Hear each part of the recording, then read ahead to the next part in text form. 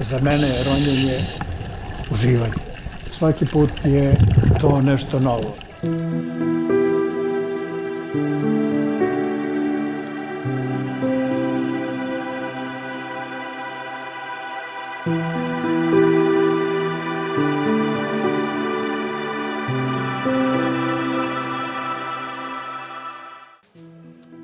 Pozdrav drugari. Danas sam u Crnoj Gori, u Čanju, u poseti mom starom prijatelju Miroljubu Bićaninu, koji vodi ronilački klub Montenegro i koga znam dovoljno dugo, ali imam utisak da ga nikada niko nije potpuno upoznao.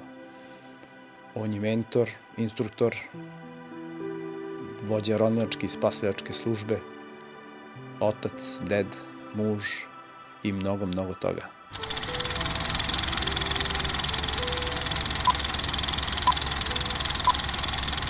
Zovem se Miroljub Bićanin, rođen sam u Toplici, pored jednog jezera, tako da prvi kontakt sa vodom je bio doduše u jednoj krečani u kojoj sam sticajem okolnosti upao i izvesna tetka me je spasila od davljenja.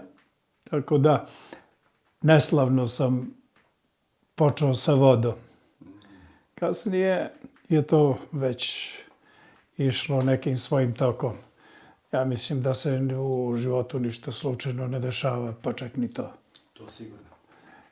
I onda, s obzirom da u Blacu, gde sam ja rođen, ima jedno jezero i u tom jezeru ima dosta riba, ima šarana. Počeo svoje ronjenje u tom jezeru, pravo ronjenje u tom jezeru, loveći te šarane. Bilo je to uspešno.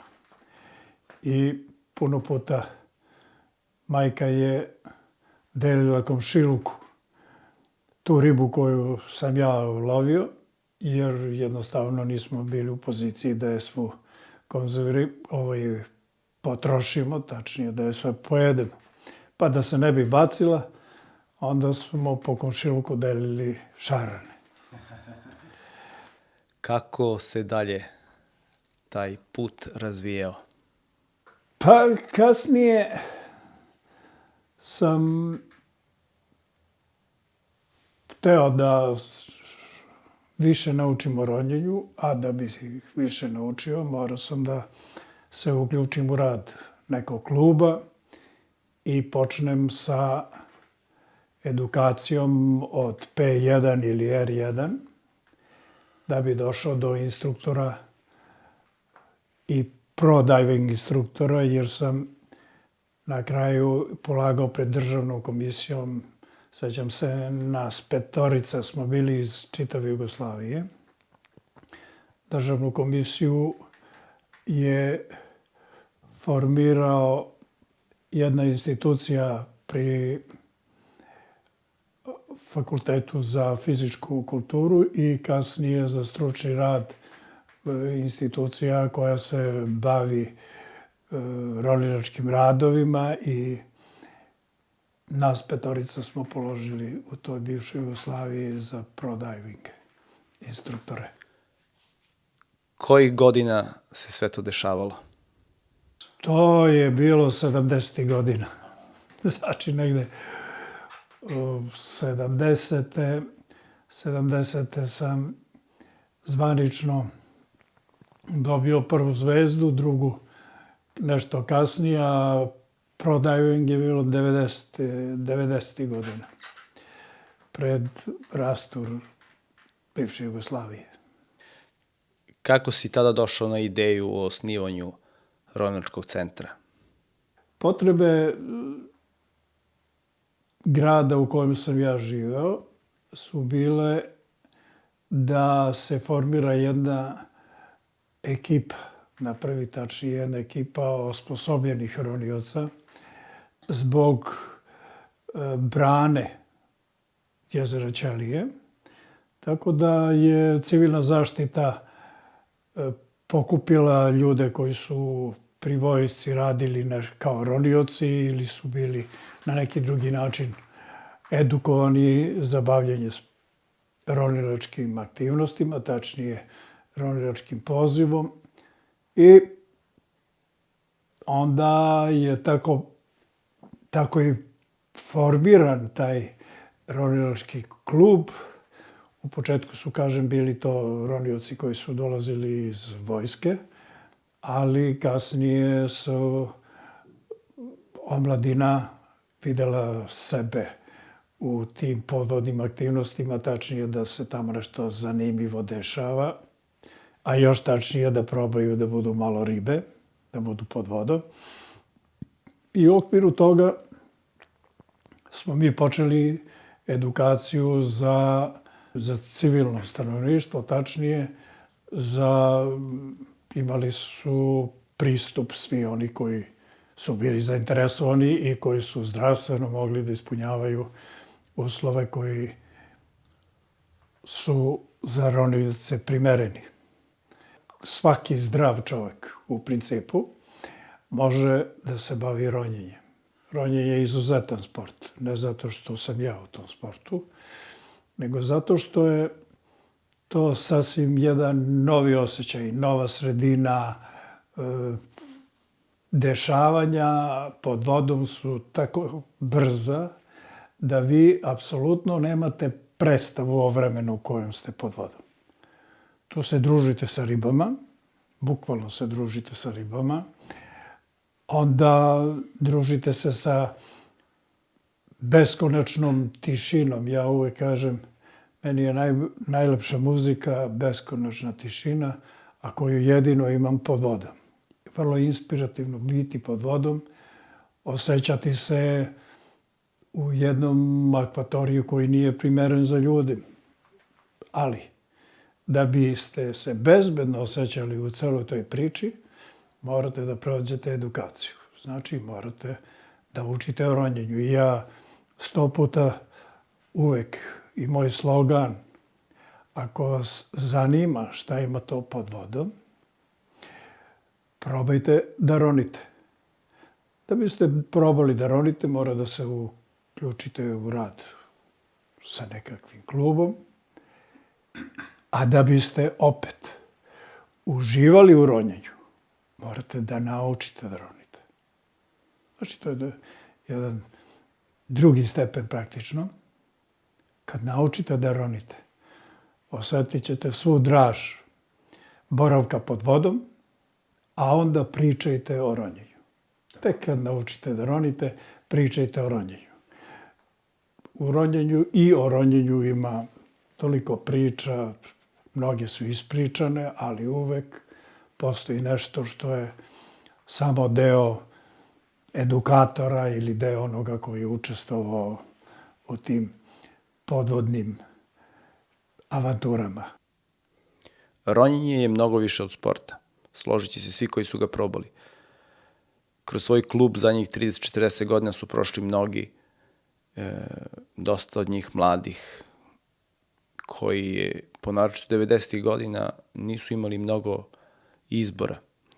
Šta misliš, kakav si uticaj imao na odrastanje tih mladih ljudi, po naročito u teškim vremenima? U jednom periodu je država dotirala takvozvana stažna ronjenja, tako da ronjenje je skup sport, da se mi odmah razumemo. Sad je prihvatljiviji jer je standard ljudi viši. Ali u 90. godina i pre toga država je dotirala sport jer je prepoznala u njemu potrebu da obezbedi kadar koji sad sa stanovišta bezbednosti, sa stanovišta nekih akcija koje se inače izvode pod vodom, je nužan i potreban. Ronjenje zahteva izuzetnu disciplinu. Ima ljudi koji se bave sportom radi sporta. Ima oni koji su zaljubljeni u neke sportove, koji im, nažalost, nisu pristupačni. Ronjenje je specifikum jedan koji zahteva izuzetnu disciplinu. Ja važim i sad za dosta strogog učitelja, jer mislim i dalje mislim da svi oni koji dođu da probaju ili da se obučavaju imaju i neka druga zanimanja. I 1000 puta ću ponoviti, vi ste arhitekta, inženjer, lekar ili šta ja znam, drugo neko zanimanje imate.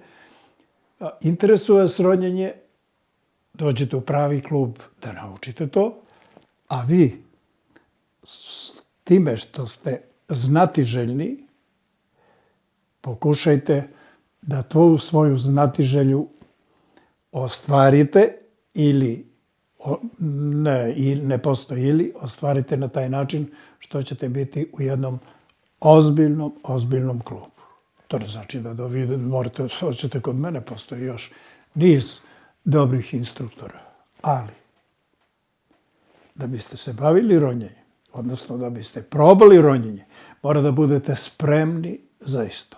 Ne samo zdravstveno, nego morate se odreknuti i nekih ovozemaljskih uživanja uslovno. Ronjenje je osjećaj slobode. Kada si ti znao da će to biti tvoj poziv i kako je nastala ljubav prema samom sportu? Pa ja sam na početku priče naše rekao da se ništa slučajno ne dešava.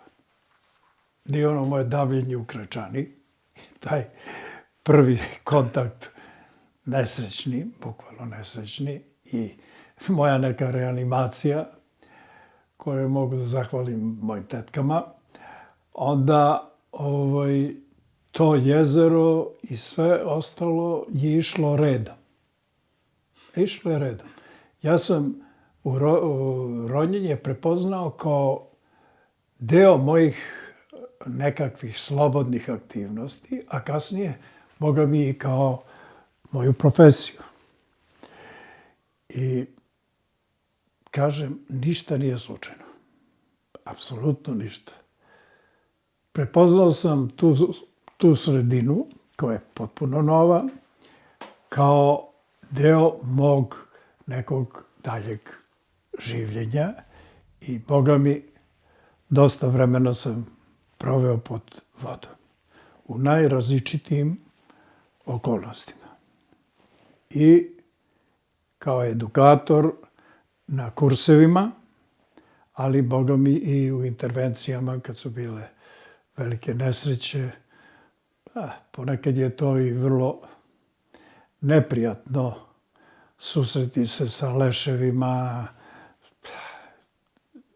jer nezgode se dešavaju, automobili padaju u duboke vode, a onda, sticajem okolnosti, Srbija je u jednom trenutku bila bombardovana, bila je ugrožena, pa je tu bilo dosta žrtava, mostovi su rušeni, ljudi su padali u reke, zajedno sa vozilima, i onda tu su ronioci da intervenišu, da izvuku, nažalost, leševe, ali dešavalo se puno puta, pošto smo mi zajedno, ti to najbolje znaš, u jednom trenutku obezbeđivali jednu lepu plažu u Čanju, da intervenišemo, i to je onaj humani deo gde su naši ronioci zaista pokazali da su vrhunski.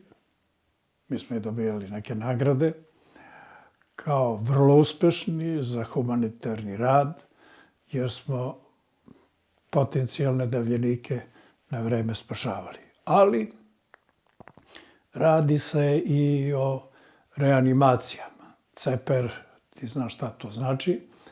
Oni koji su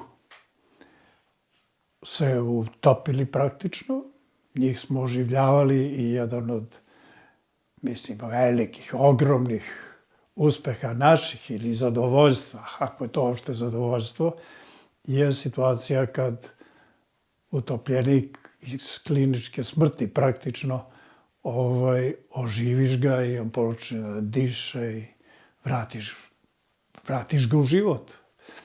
To je onaj deo koji je uslovno u tom humanitarnom radu vrh. Ali pod vodom i nad vodom, ali pogotovo pod vodom se dešavaju svakakve stvari.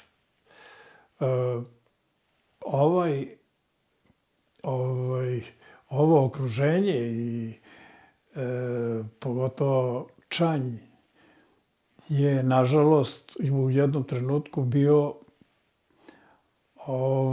pod opsadom dinamitaša.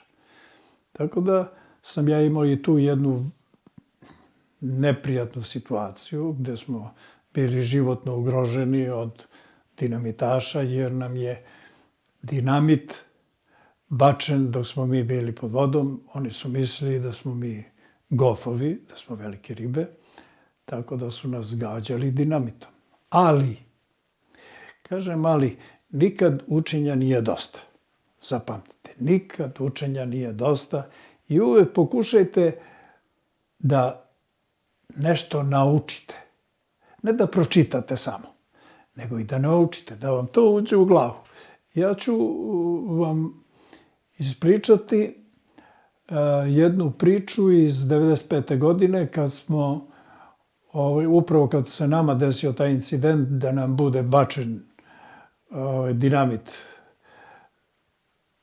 na nas, znači 95. godina, ja sam bio sa još 2 ronioca, ali smo išli jedan iza drugog, tako da je ovaj zadnji ronioc bio udaljen od mene na jedno 10 metara. I onda sam u jednom trenutku čuo praktično da se iznad nas zaustavlja čamac. Kroz glavu mi je odmah prošlo to, evo ga dinamitaš. Jer to su dinamitaši koji traže ribu, znači čamcem kruže pri obali i kad nabacaju na ribu, oni bacaju dinamit. Za razliku od onih koji su na stenama. Ti koji su na stenama su za nas manje problematični, ali ovi koji kruže tim čamcima su zaista problem. I sledeću stvar koju sam video, da takozvana mica, odnosno dinamit ide pravo na mene. Čestu priču imate ljudi koji su doživjeli bliski susret uslovno sa opasnošću da čitav život ti prođe. Ima toga, ali s obzirom da ja nisam imao mogućnosti da se sklonim, razmišljao sam samo šta mogu učiniti za sebe da umanjim nesreću. Jer sasvim je izvesno da će sledeće što ću čuti, a to se vrlo brzo dešava, eksplozija. I setio sam se, ja sam inače mnogo volao fiziku, setio sam se nekih fizičkih zakona da, s obzirom taj blast, takozvani, koji izazivaju eksplozije pod vodom i praktično nas ugrožava, možda može da se umanji ako tečnost, znači prenosi svu energiju na sve strane, ali i nestišljiva je. U tome je problem. Međutim, vazduh je vrlo stišljiv. Munjevito sam se setio da se pokupim, da regulator izvučem iz usta, stavim ga niže, praktično ispod sebe i pustim da ispred mene bude takozvana vazdušna zavesa. To me je spasilo, samo me je to spasilo. Jer ukupno vazduh je stišljiv i posisao je tu energiju. Tako da sam ja prošao srećno prošao sa manjim povredama, ali taj osjećaj, u trenutku vidiš eksploziju, svetlo ispred sebe, jako svetlo, vidiš eksploziju i osjećaš kao da ti je neko upumpao u pluća neku zapaljivu paru i to upalio. Čini ti se da goriš, unutra da goriš, da ti pluća gore. Na našu sreću, dinamitaši koji su bili na obali, kad smo mi isplutali, dinamitaši koji su bili, ja sam njima i zahvalan, su rizikovali da budu pohapšeni, a to je najmanje 3 godine zatvora, skočili i izvukli su nas u čamac, hitno nas prebacili do hotela, a odatle je već služba hitne pomoći nas transportova do medicinske ustanove. Tako ti je taj deo u mirnodopskim uslovima za mene ovako ostavio jedan žestoki trag i uvek sam sebi zahvalan što se nisam predao i nikad se ne predajte. Čak kad mislite odavde nema izlaza, uvek tamo negde postoji izlaz. Postoji izlaz, ali da biste našli izlaz, vaš mozak, odnosno vi sami, morate u sebi deponovati što više znanja, što više saznanja iz najrazličitih oblasti. I vrh je kad to možeš iskoristiti u odlučnom trenutku, spasiti sebi život ili nekom drugom. Treba se setiti i reagovati na vreme. To je jedan ovako lošija epizoda iz mog dugog opusa. Početnik koji dolazi na prvi kurs mora da poštuje sve zakone koje ja poštujem. Ja kao iskusni čovjek sa mnogo hiljada sati pod vodom moram da poštujem sva znanja i sve fizičke zakone i čitavu fiziologiju maksimalno dobro. Ni ja nisam super čovjek. Znači, ne postoji taj koji će da izdrži razne incidentne situacije kao što je zadržavanje daha, skraćivanje, što je najčešća situacija, skraćivanje dekompresionih zastaraka. To ne može. Skraćivanjem dekompresionih zastaraka, a dekompresija inače je takozvani stepenasti izron i priprema organizma da pređe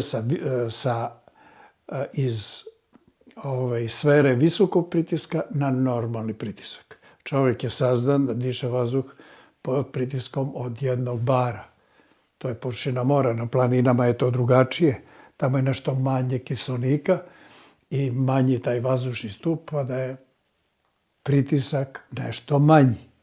Ali zapamtite, nema tog organizma koji će preživeti skraćenje dekompresije ili uopšte izbjegavanje dekompresije. Dekompresija je u ronjenju procedura izrona. Pretpostavlja vreme i dubinu na kojoj moraš da zastaneš neko vreme da probaviš da bi bezbedno izronio. U protivnom, dekompresione povrede su strašne povrede sa trajnim posledicama. Prema tome, treba poštovati sve norme koje ti instruktor kaže, a nešto, Boga mi, treba i pročitati. Gde se nalazi ronilački centar, gde ljudi mogu da te nađu, kako da stupe u kontakt sa tobom, gde se rade prve obuke za upoznavanje sa podvodnim svetom? Pa, sticam okolnosti, opet, nema slučaja. Ja se nalazim u Čanju i naš ronilački centar za obuku se nalazi u Čanju. Rado ste viđeni, opet kažem, rado ste viđeni pod uslovom da poštujete disciplinu koju ja tražim. Ja kažem, u nekom drugom centru možda bude i drugačije. Postoje ljudi koji su manje strogi, ljudi koji dozvoljavaju po meni neke stvari koje nisu spojive sa ronjenjem. Ja to ne dozvoljavam. Ja neću dozvoliti da neko izađe, a da ne zna o ronjenju, jer taj isti koji nauči nešto od mene, ide dalje. Ja imam, sticajem okolnosti, nekakva iskustva da su izvesni ljudi bili po nekakvim klubovima i normalno da su to platili tamo, ronje je opet dosta skupo, platili tamo, mi, znači, dozvoljavamo samo našim članovima da rone, članovima kluba i osnivačima i njihovim porodicama. Ali oni mi kažu, sad idite kod Bićka, znači mene tako zovu, idite kod Bićka da naučite da ronite. Pazite, korektno od njih. Znate u kom delu? Idite da učite da ronite, a oni su im uzeli pare. Dugi godina si član civilne zaštite i ronilačko-spasilačke službe. Mnogim ljudima si pomogao, mnogi ljude si spasio. Da li misliš da to ima neke veze sa duhovnim ili sa karmom? To je pitanje vrlo široko. Postoje tako mnogo ljudi koje sam uspešno reanimirao. Ne samo ja, nego ekipa koju sam ja vodio, jer ja sam dugo bio i koordinator spasilačkih službi i vodio sam i tu specijalizovanu jedinicu za spašavanje pod vodom i na vodi. Duhovnost je u bogatstvu, iskustveno, po meni. To je uvek, to je sad pitanje personalnog, gde svaki individualac na svoj način može to da tumači. Ali duhovnost je bogatstvo po meni. Bogatstvo energije koje smo dobijali od ljudi koji smo spašavali na ovaj ili onaj način. Jedan vrlo specifikum. I digresija jedna. Zapamtite. Postoji duša. Čitavi mi, sa svim svojim kvalitetima, se nalazimo u onih 21 gram, koliko je nauka već ustanovila, koja napusta telo i ide u kosmos. Valjda, taj gore vrhovnik, zovite ga kako god hoćete, ceni naše neke aktivnosti, humani taj rad, ajde sad, humani rad bi ja čak vezao za duhovnost. Naš narod kaže za nekog, ono i nema dušu. Da li duhovnost pretpostavlja i to, i verovanje u nekakvog vrhovnog univerzuma, ajde, sad neka bude univerzuma, koji verovatno predviđa i postavlja sve na svoje mesto. Po zaslugama. Nažalost, po meni, duhovnost je sveukupnost znanja koja se stavlja na raspolaganju inim ljudima u smislu uticaja na njih na bilo koji način. Na bilo koji način. Intelektualno ili kroz mehanizme manuelne pomoći koje možeš da im uputiš. Duhovnost, ako sam te ja dobro shvatio, a ti me ispravi, duhovnost je bogatstvo duše i tela. Sad je to individualno, šta ćemo mi i kako ćemo to da tumačimo. Uvijek je individualno. Razumete? Znači, mi šaljemo poruku, a tamo neki receptor ili nekakav prijemnik, zove ga tako vulgarno, može to da istumači saobrazno svom obrazovanju, odnosno saobrazno svojoj duhovnosti. Nešto može da mu se sviđa, nešto ne može da mu se sviđa, nešto može da tumači kao dobro, nešto kao zlo sa stanovišta dobra, zla, sa stanovišta vere, nevere, ali i ti koji ne veruju ni u šta, ja mislim da su vrlo siromašni ljudi. Da li postoji sudbina? Da li postoji slučajnost? Ili mi kreiramo naš svet prema onome što razmišljamo, radimo i govorimo? Po meni ja pripadam uslovno ili prihvatam determinizam kao uopšte pojmu u filozofiji i smatram da ništa nije slučajno. Apsolutno ništa. Slučajeve kao takve ne vidim, nego vidim determinirani put svakog od nas. To znači, da se odmah razumemo, nije to usko gledanje na, šta ja znam, ili da ga vulgarizujemo, kretanje autoputem. Mi idemo autoputem, ali gledamo i okolo. Pa vidimo neki grad, pa vidimo neko selo, pa vidimo neku životinju, pa vidimo ono. Znači, sudbina sigurno da postoji, uslovna sudbina. I narod kaže, od svoje sudbine nikad nećeš pobeći.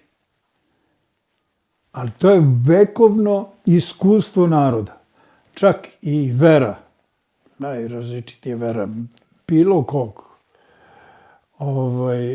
koja vera, koje vere da ste, imaju propovedanja razna da ljudi kad napustaju ovaj svet, ne umiru za uvek. Njihova duša ide u kosmos. I ona luta sa svim svojim kvalitetima, sa svim svojim znanjima.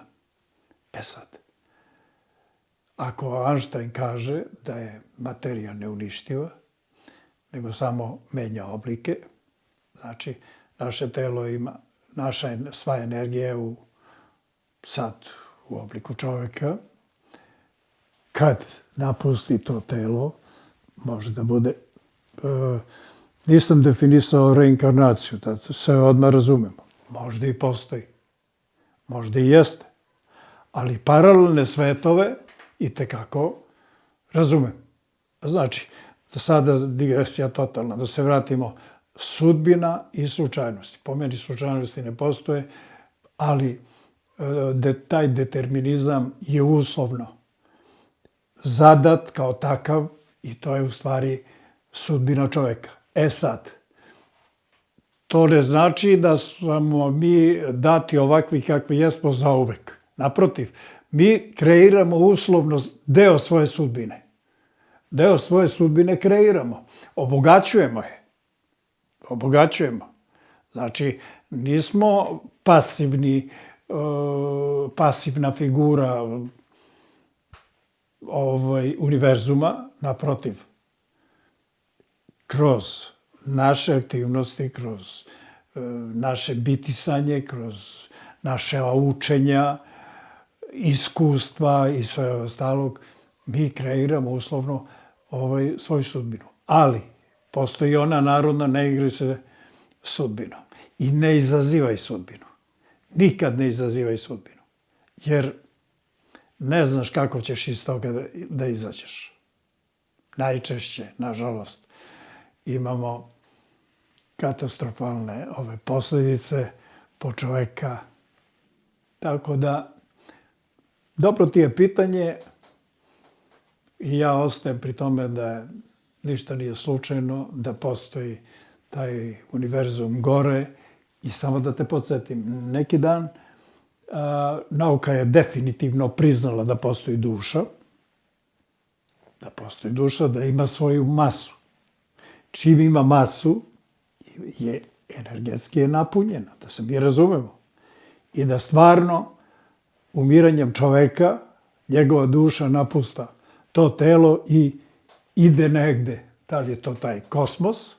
Ali, s obzirom da čuli smo svi za Nikolu Teslu.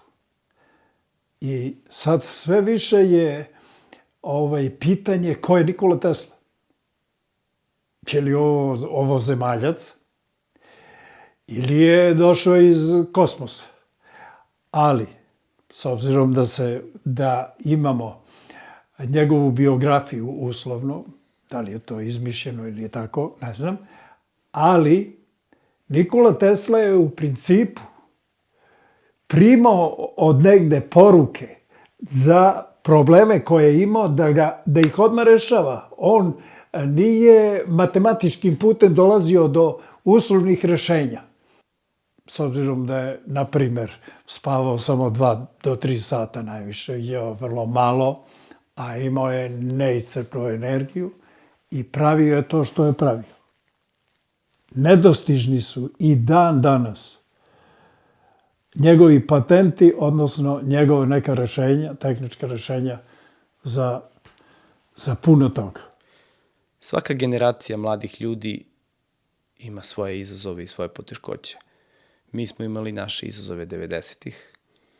Kakav savjet bi dao nekim novim generacijama koji sad imaju 17-18 godina i koji su izloženi nekom novom vrstom izazova koje ovo novo moderno doba donosi?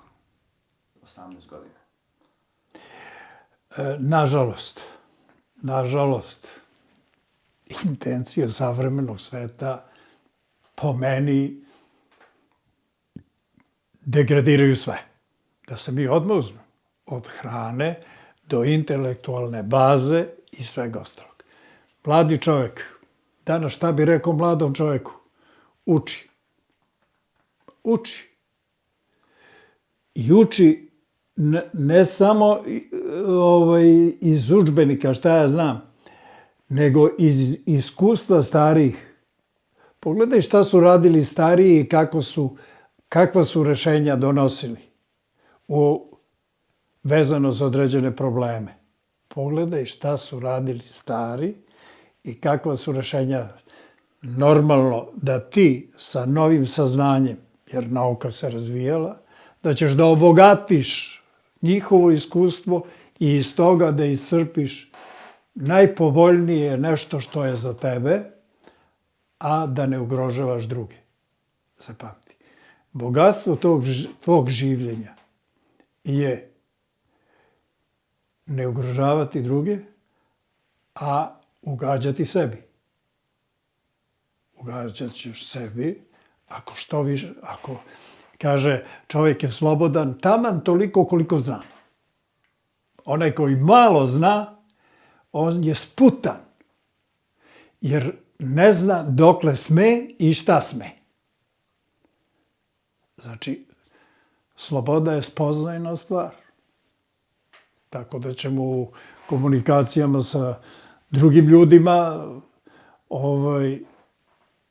prihvatiti ili kritički se odnositi na njihovo saznanje, na njihovo mišljenje i dozvoli da neko drugo van tebe i tvoje porodice ima i drugačije mišljenje.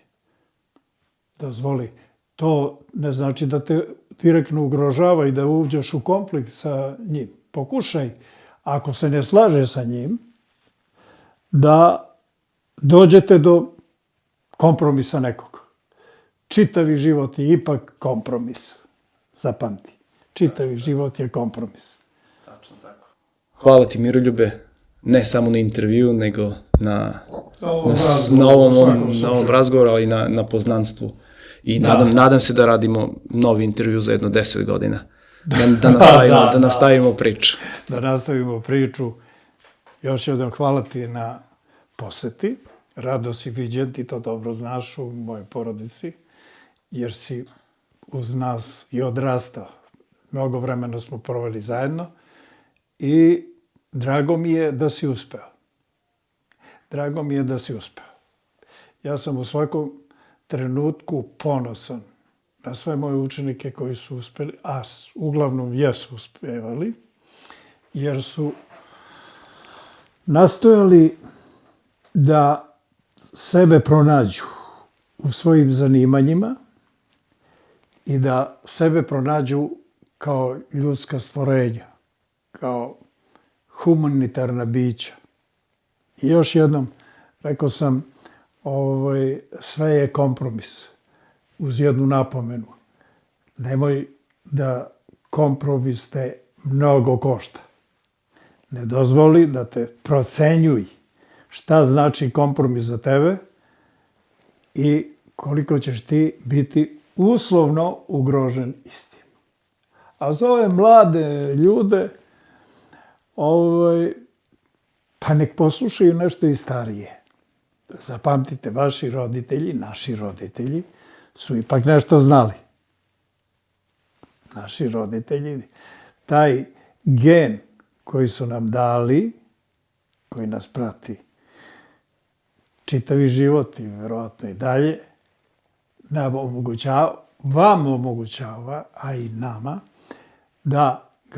da obogaćujemo naše znanje i našu ličnost. Bogatstvo ličnosti upravo, ponavljam, je u ukupnom znanju iste i mogućnosti i tačnije sposobnosti da to što su naučili i saznali primene u životu na dobrobit i svoj i okruženja u kome se nalaze. To je moja poruka. Hvala ti najlepše. Bilo mi zadovoljstvo. Bravo.